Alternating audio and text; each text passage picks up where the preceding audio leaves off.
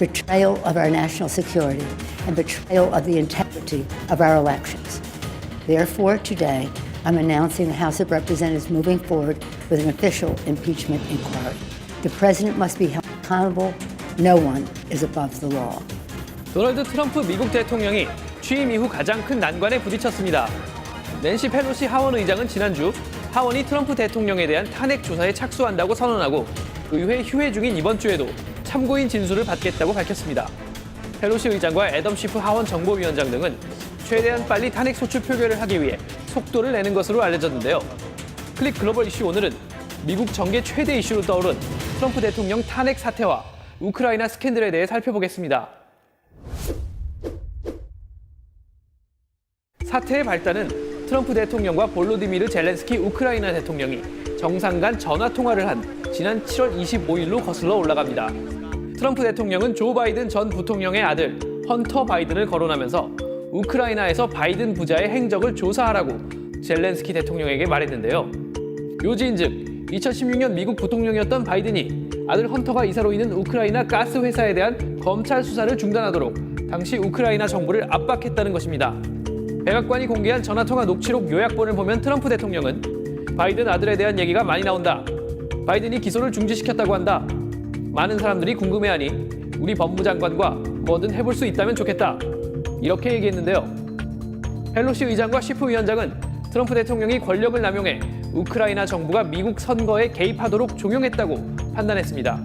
게다가 이 통화가 이루어지기 며칠 전 트럼프 대통령은 4억 달러에 달하는 미국의 우크라이나 지원금을 별 이유 없이 동결시켰는데요. 이 때문에 미국의 대통령이 국내 정치적 목적을 위해 국고에서 나오는 대외 원조금을 미끼 삼아 외국 정부가 미국 선거에 개입하도록 권한을 남용한 게 아니냐는 비판의 목소리가 나옵니다. 트럼프 대통령은 통화 내용에 아무런 문제가 없고 오히려 익명의 내부 고발자는 스파이와 다름없다며 그의 정체를 공개하라고 주장하는 등 반격에 나섰습니다. I made a call. The call was perfect. When the whistleblower reported it, he made it sound terrible. 하지만 트럼프 대통령이 호주 총리와의 통화에서도 선거 개입을 요구하는 듯한 발언을 했다는 폭로가 추가로 나오면서 트럼프 대통령은 점점 더 수세에 몰리는 분위기입니다. 탄핵에 대해 조금 더 자세히 알아보겠습니다. 탄핵, 임피치먼트. 일반적인 절차에 의한 파면이 곤란한 공직자, 즉 대통령, 국무위원, 법관 등을 의회에서 소추하여 해임하거나 처벌하는 제도입니다. 미국 헌법 2조에 따르면 대통령을 포함한 연방 공무원은 반역죄, 수뢰죄 또는 그 밖의 중대 범죄나 경범죄로 의회의 탄핵을 받고 면직될 수 있는데요. 오직 하원만이 탄핵 소추안을 낼 수 있기 때문에 이번에 펠로시 하원 의장이 막강한 권력을 행사한 겁니다. 탄핵 가결은 하원 의원 435명 가운데 과반인 218명 이상이 찬성해야 하는데요. 현재 하원은 민주당 235석, 공화당 197석, 무소속 1석, 공석 2석으로 구성돼 있죠. 즉 탄핵 소추안이 상정되면 트럼프 대통령의 탄핵은 하원에서 가결될 가능성이 높습니다. 그 다음엔 상원에서 최종 탄핵 심판을 하는데요. 상원 의원 100명 가운데 3분의 2가 찬성해야 합니다. 현재 상원 의석은 민주당 45석, 공화당 53석, 무소속 2석인데요. 즉 민주당 소속과 무소속 상원 의원 전원이 탄핵에 찬성하고 공화당 소속 상원 의원 20여 명이 찬성해야 트럼프 대통령은 미국 대통령직에서 탄핵으로 최종 파면됩니다. 미국 역사상 의회가 탄핵 절차에 착수한 대통령은 앤드루 존슨, 리처드 닉슨, 빌 클린턴 등 단 3명뿐인데요. 이 가운데 닉슨 대통령은 워터게이트 도청 사건으로 1974년 파면이 확실시 되는 상황에서 하원 탄핵 표결 전에 사임했습니다. 존슨 대통령은 1868년 당시 법을 거스르고 장관을 해임했다가 클린턴 대통령은 1998년 인턴과의 불륜 관계에 대해 위증했다가 각각 하원에서 탄핵 소추안이 통과됐지만 상원 표결에서 기사회생해 임기 끝까지 대통령직을 수행했습니다. 입법부 권력이 국가 수반의 권력을 견제하는 탄핵 사례는 전 세계적으로도 여러 번 있었는데요.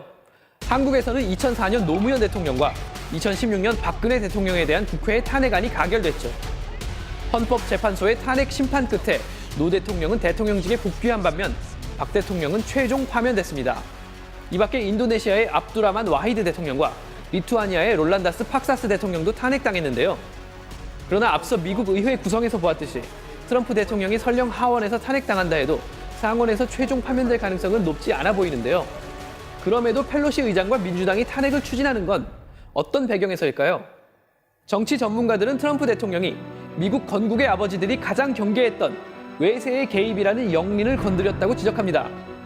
코리 브렛 슈나이더 브라운대 정치학 교수는 18세기 신생 독립국이자 공화국이었던 미국이 영국 등 유럽의 왕정 세력이 미국 정치에 개입해 체제를 교란시키는 것을 가장 두려워했다고 분석했는데요. 실제로 초대 대통령 조지 워싱턴은 임기 말 고별 연설에서 외세의 영향은 공화국 정부의 가장 해로운 적이라며 외세 개입에 대비해 항상 깨어 있어야 한다고 당부할 정도였는데요. 야당 의원들은 상원에서의 탄핵 용인 가능성은 차치해 두더라도 당장 드러난 대통령의 헌법 위반 혐의만으로도 반드시 탄핵을 추진할 것으로 알려졌습니다. They were paramountly concerned about foreign interference in American affairs. It's hard to imagine a set of circumstances that would have alarmed the founders more than what's on that call. 취임 3년 만에 최대 위기에 봉착한 트럼프 대통령. 여러 차례